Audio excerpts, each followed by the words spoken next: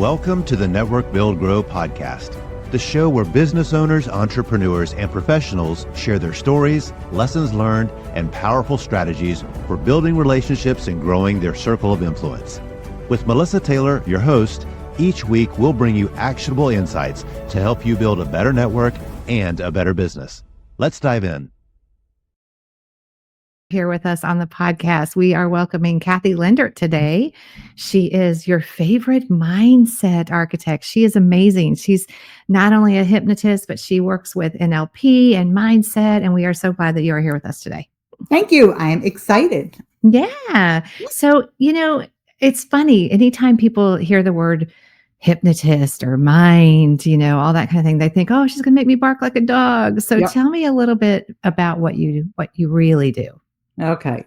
Yeah, I don't do any stage hypnosis. So whenever anybody thinks about a hypnotist, they're always thinking, it's the funniest is when I meet them and then I tell them who and what I do, everything, they stop looking at my eyes because they're afraid I'm going to hypnotize them.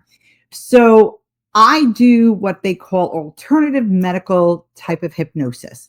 Okay. And that is quitting smoking, fears and phobias, weight loss, confidence, public speaking, test taking. Those are the areas of expertise that I go into.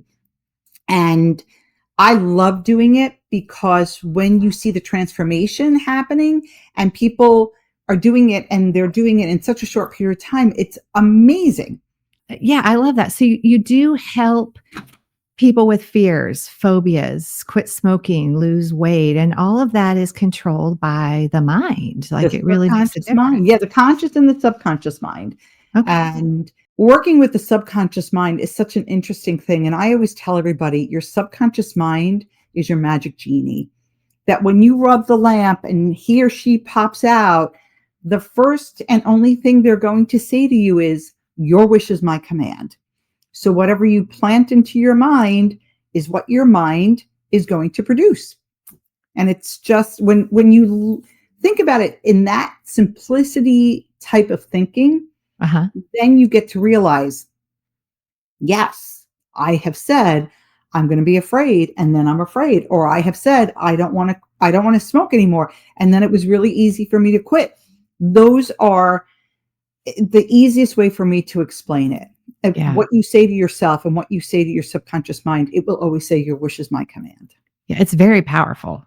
Yes. We hear a lot about negative self-talk, positive self-talk, and all of that is very, very powerful and can definitely change. Yes. The trajectory can change a lot of things. And it can happen quick. Yeah. I mean, it's easy and it's quick when your mind and your body are buying into it. So that's why hypnosis is so effective, because you're relaxing the mind and the body. So they're now working together and they're working on the same goal. Yeah. So there's not one that's fighting against the other, because when you're relaxed, your mind is open and your body is open, and it becomes a different type of a situation where it says, I feel comfortable. I feel safe. It feels good. Let's make this happen. Right. Now, I know that you work with a lot of different types of people, quit smoking, weight loss, those things. But I also know that you have a huge heart for our first responders, firemen, police, emergency medical. Can you tell me, what do you do to help them, first of all? And then why is that so laid on your heart? What I do is I teach them how to not own the day-to-day garbage, the negative thoughts, but also the negative words that the public says, or if somebody says, get away from me, and they call them a pig, or it's amazing how many times my girlfriend is a nurse, and they have to have signs up in the hospital saying, if you attack or hit a nurse, we will press charges against you. Wow. These people are here to help a situation. Yeah. And then they're looked at as the bad guys. Right. And so I work with them to get rid of those emotions, those feelings, those doubts, where it keeps on beating up their minds and their bodies. And so what we do is we say, that's not your shit. Like, just don't own it. It's not yours. And how I got into working with them is 2 years ago in Charlotte, very close to my house.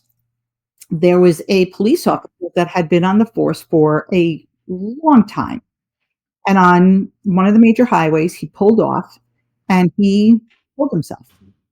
And when I started to read about mental health, that the first responders don't want to get help because they consider themselves above heroes. Right. They're heroes. Right. So they're above. Why? I have to help everybody else. I have to save everybody else. I can't do that because then it looks like I'm weak. And then the more I dug into it, the bullying within the departments, the bullying from one person to another person. Nobody wants to tell on them because then you're a snitch. And it became very apparent to me that not only was it toxic on the outside, but it was toxic on the inside.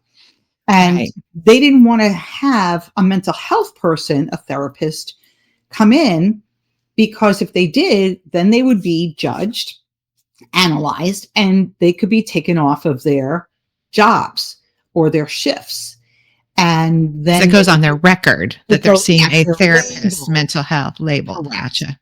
Where I don't do that. I come in and I show them how to get rid of things. Boom. And then they have the option. You could use it or not use it.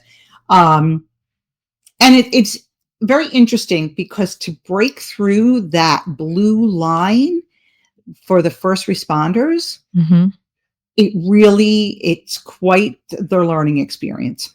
Yeah, I bet it is. Oh, yeah. But once you start showing one person and another person and another person, and they realize, one, she didn't take over my mind. Two, she hasn't analyzed me. Three, there's no label going on. Four, I feel great. And five, it's something that not only can I use on myself, but I could use on people that I'm helping. So if they're having a panic attack, if they're upset, if they're overwound up and all that other good stuff, they're taking care of it. So the technique. Yeah, because you've given them the tools. You've given them the tools to even understand how to help others with it. Wow, that's incredible. That's incredible. Yep. So with all of that, I know that networking, has been a huge part of building your business, of maintaining your business, and you still do it a lot. I do it a lot. Explain to our listeners why. Like, why is networking such an integral part of your marketing strategy?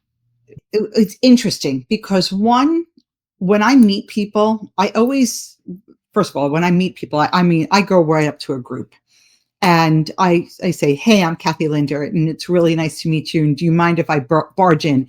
And everybody's like, no, come on in. And when I ask everybody what they do, and then they ask me what I do, I said, listen, I'm going to tell you the truth. I'm like the coolest person here in the whole And they all look at me like side eye, like, what are you, sure. Okay. And then I go, I'm a hypnotist. And they're like, oh my gosh, that is so cool. I go, I told you. When I network, I then not only show to them what I'm about, and then I teach them. Sometimes I'll just teach them a quick tool or a technique. Oh, wow. Right there.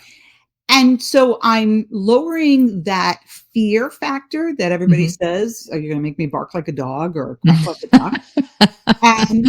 And then when they start realizing, oh my gosh, this is so cool that in less than a minute, you made me feel good, calm, and relaxed.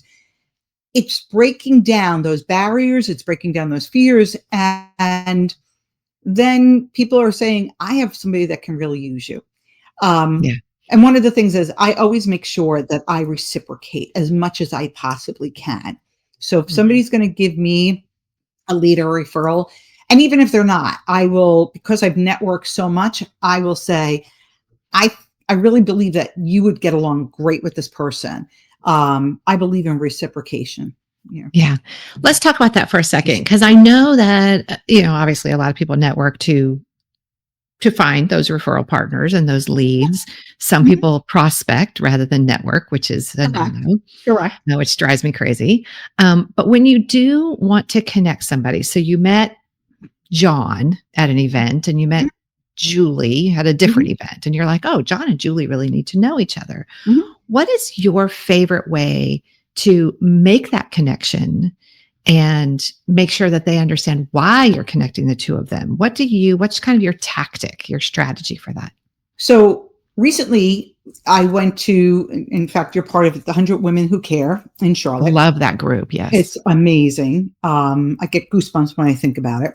Yes. And there was a woman whose name was Michelle, who is just opening up a business with her fabric and making clothing and everything like that. And I've met another woman, Jody, from, I want to say the Chamber, Charlotte Chamber.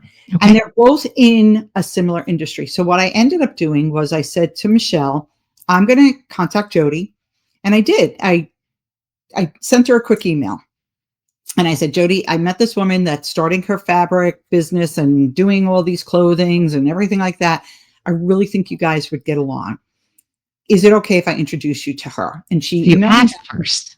I always ask. I love that you do that. Not a lot of people ask. Right. I ask because if she says, oh, I know her and I don't like her fabric, then I can say, oh, you know what? Michelle, it's just not going to work out, whatever. And I'll come up with something. But they both said yes. And then I connected them on LinkedIn, and then they met, and they sent me a note and said, she was great. Loved her. Thank you so much. And so those are the types of things that really will help other people. I'm not going to get anything out of it, but you know what I get out of it? You got a lot out of it. I get satisfaction that I was able to help these two entrepreneurs connect and really possibly have like a great business relationship. Yeah. And I'd say you got more out of it than that. You got the goodwill, you got the good reputation, you got the likability factor, the approachability factor, the name recognition. There's a lot of things that you got out of that connection. So let's talk about LinkedIn for a second. Yeah. Some people might not know how to connect somebody on LinkedIn. You hear that a lot. Well, I'll connect you on LinkedIn. Well, what does that mean? I use the personal messaging, right? I make like a group message. That's what you do is you do a group message. Okay, perfect. Yeah. So I'll go in, I'll do a message, but again, I always ask permission first. Yeah. Before I do that. And so they know. I hate it when somebody connects me. They're like, here's Julie's name. Okay, well, why am I connected to Julie? Why are you connecting me to Julie? I don't know Julie. What do you exactly? And people put me in that kind of a position where they're like, hey, you know what? This guy, I met him, blah, blah, blah. And it's usually because they're trying to sell me something and they're looking for, hey, do you have like 5 people's names you can give? I hate that because there's no reason. There's a woman that keeps on emailing me through LinkedIn, and this is the worst thing that you can do. And she says, hi, we're in the same group together. Is there somebody, or do you have people that I should need to know that I can start talking to? You don't even know her. I don't even know her. I don't even know her. Oh my goodness. And that is... What universe is that okay? It's not. But when you are desperate, that's what desperate people do. Yeah. They take things, they throw it on the wall and see what sticks. And this is not sticking. This has slid all the way down. I've swept it up, throw it in the garbage pail. And I will never give her anybody's name because I don't know what she does. She hasn't introduced herself to me. She hasn't said, how can I help you? Can we meet? When people call me or say, let's meet for coffee, I say, let's do it on Zoom because I want to be able to make sure that I like you, that you're somebody that I want to do business with. Yeah, it's hard to take 2 hours out of your day just to figure out it's not a good connection. Correct. To drive there, have lunch, to drive home. Home. Yeah, 15 minutes. And that's my thing. Give me 15 minutes. Here's my calendar. Give me your calendar. I don't really care. Let's sit first, see what we can do. Because if all you're doing is asking for the sale and really that's all you're worried about, you're not going to get anything from me. Yeah, I had a conversation a couple of days ago with a person that was thinking about joining Network Build Grow. And one of the questions that was asked when we were talking about the group is, how quickly will I see the recoupment of my investment? Now, Network Build Grow, first of all, Network Build Grow is only $270 a year right now in 2025. So it's not a big investment to begin with. But he was like, how quickly would I see a recoupment of my investment? And I had to pause. And I had to pause, and every fiber of my being wanted to say, that's a little transactional and you're probably not a good fit. Right. Exactly. Truth be known, people recoup it sometimes within the first month, sometimes within the first few, whatever. I asked my husband and he said, oh, you should have said this to him. And what he said, you should have asked him, well, I have absolutely no idea. Are you any good at what you do? That would have been perfect. Because that's what it's about, right? Yeah. I have no idea. I can't predict that. Right. It's not about the group. It's about you and your ability to do what you say you're going to do and how you approach it. If you network for your business, you already know follow-up is everything when it comes to growing relationships and driving success. But here's the thing. Most of us want to follow up well. We just get stuck. Staying consistent, keeping it personal, making it stand out, it's hard. That's why I use NetEffect.io. It makes follow-up simple, cuts through all the noise, and helps me stay on top of every relationship without dropping the ball. I never miss a follow-up, and honestly, my network wouldn't be the same without it. So check it out, NetEffect.io. And right now, you can use promo code NBG50 for 50% off of your first month. NetEffect.io, your secret weapon to unforgettable follow-up. What is one of those number one, you should always do this when you're networking, that you believe is true? Smile. Smile. Be approachable. Yes. Okay. When I go into different groups and I network in different places because I like to see what other people are doing in other groups, and of course, see if it's my job, like if do we vibe together? Are you my jive? I will walk in and I put on $1 million smile. And when I put on my $1 million smile, I know that I'm giving off that vibration. I'm confident. I believe in myself. I know my shit, and you're going to want to know me. And that's because you're the coolest person in the room. I am. You're a hypnotist. That's awesome. Okay. So with that, let's go the opposite side. What do you think people fail at? What do you think is like one of the things you should never do besides ask for a sale or a referral right off the bat? But what's another thing that you think they should just never do? Take over the whole conversation. Okay. When people keep on interrupting or taking over the conversation to show that they're very knowledgeable, I always like to give people a certain amount of time. And then I have this habit of just kind of taking over groups. I don't know why. Could be that $1 million smile. But if somebody's talking too much, I'll say, you know what? We really need to, we haven't heard from this person. I don't even know this person's name. And then they'll stop. If they keep on saying, oh yeah, I do that too, you're off my list. That's it. Yeah. Yeah. So if you're trying to monopolize the conversation or be the person that can always one up everybody else. Correct. I love the people who love is a loose term, meaning I hate, the people who give their resume. Oh, yes. Yeah. Or the name drop. Yeah. Company drop. Yes. If they name drop, I went to one organization. It was again with a bunch of people, and a woman kept on handing out her flyer about when she was doing some stuff. And I'm like, you don't even know if I'm your person. Like, just stop doing that again. Yeah. In my personal opinion, it shows a lack of reading the room, but it also shows a desperation that Mhm. you are so desperate that you're going to give anything to anyone just to see if you can make a sale. Mhm. And that's not Mhm. a good way to be. That's not No. networking. No, it's not networking. It's and you're right. It comes across as desperate. I like how Yes. you said that word. It comes across as I'm reaching for straws. Yeah. Yeah. Anybody, somebody, Yeah. please. Somebody please love me. Yeah. Somebody please come to my event. Somebody Yeah. please want to have a one-on-one with me. Correct. Let's talk about one-on-ones for a second. You know, I'm not a huge fan of one-on-ones because they take a lot of time. My Correct. time is limited. I do a few selective one-on-ones, but I do them like you on Zoom, 15 minutes in and out. Mhm. What is your, I guess, philosophy behind getting to know someone a little bit deeper, one-on-ones, inviting them to other things that you're going to be at so you can develop the relationship? What's kind of your go-to tactics? Majority of the times, I will say, it was great meeting you. I would love to keep in touch. I will follow them on LinkedIn.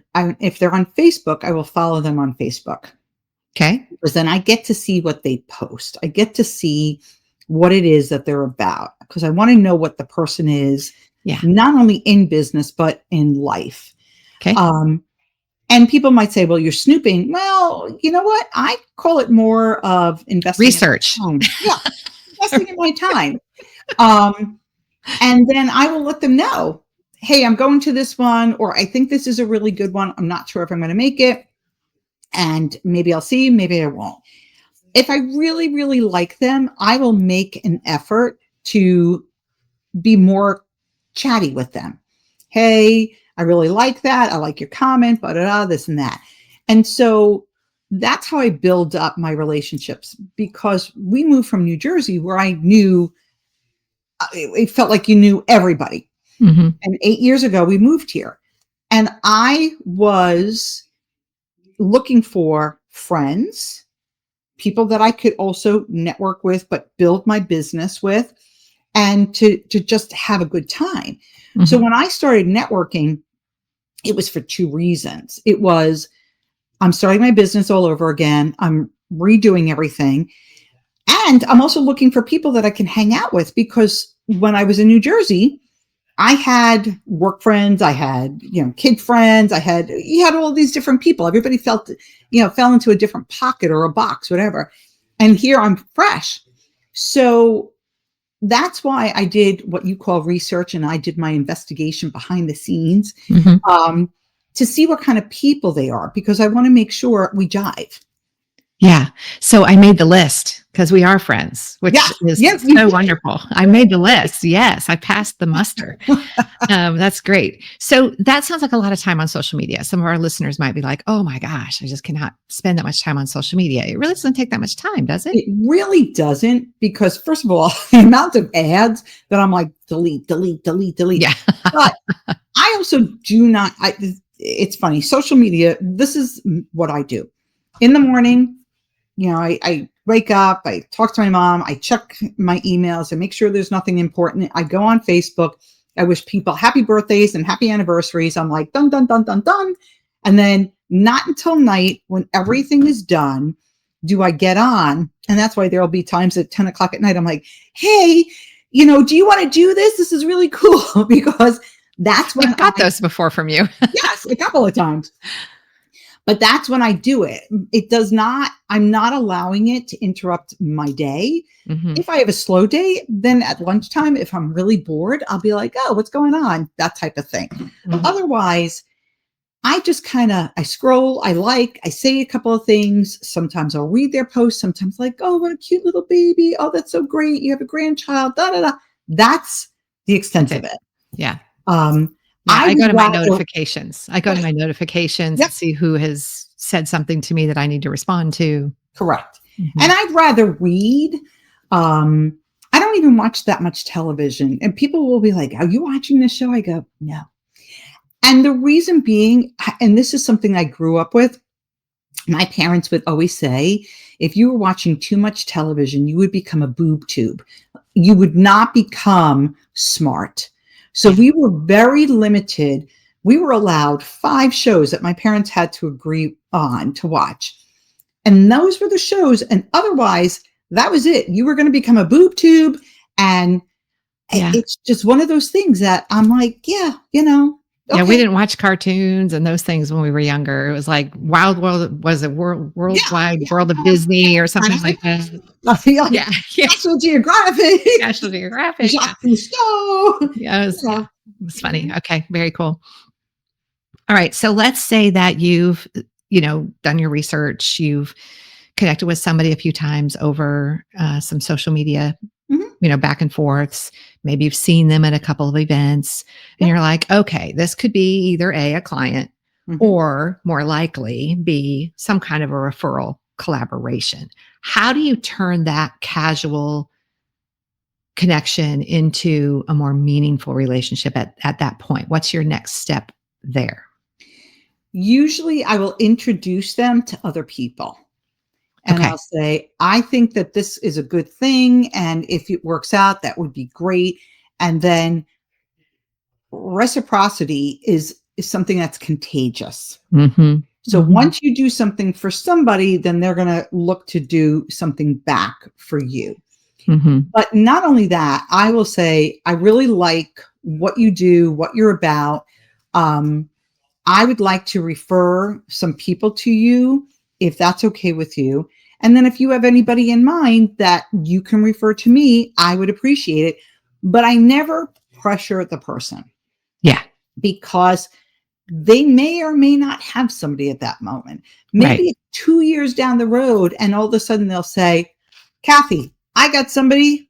Definitely. I gave him your card. I gave him, and then they'll call me and I'll call that person who referred them. And I say, thank you very much. I really appreciate it. And that's what I do. Okay, perfect. Well, I just want to thank you so much for being here with us today. I'm so happy to hear that your business is doing well and that you are really helping our men in blue and the firefighters and all of them as well. Because that's like you said, they see such tragic and horrific things on a daily basis and are not appreciated. No. And so you're helping them is a wonderful service that you do to our community. Yes, thank you. There is one more thing that I'd like to say, and that's one of the things I've noticed with networking is that it's always growing. It's always changing. It's fluid.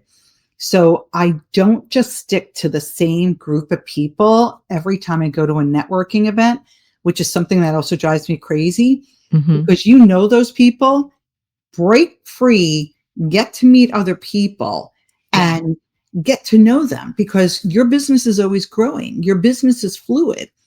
Why wouldn't you be fluid with your networking as well?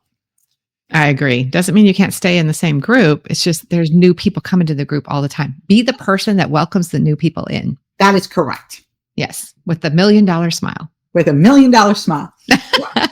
All right. Well, thank you for being with us today. Thank you for having me. Have a great one. And I'm looking forward to posting this all over the place. Thanks for tuning into this episode of the Network Build Grow podcast. If you enjoyed today's conversation, be sure to subscribe, leave a review, and share it with a fellow entrepreneur or professional. And of course, if you're not yet part of our community, visit networkbuildgrow.com to connect with us. Until next time, keep building and keep growing.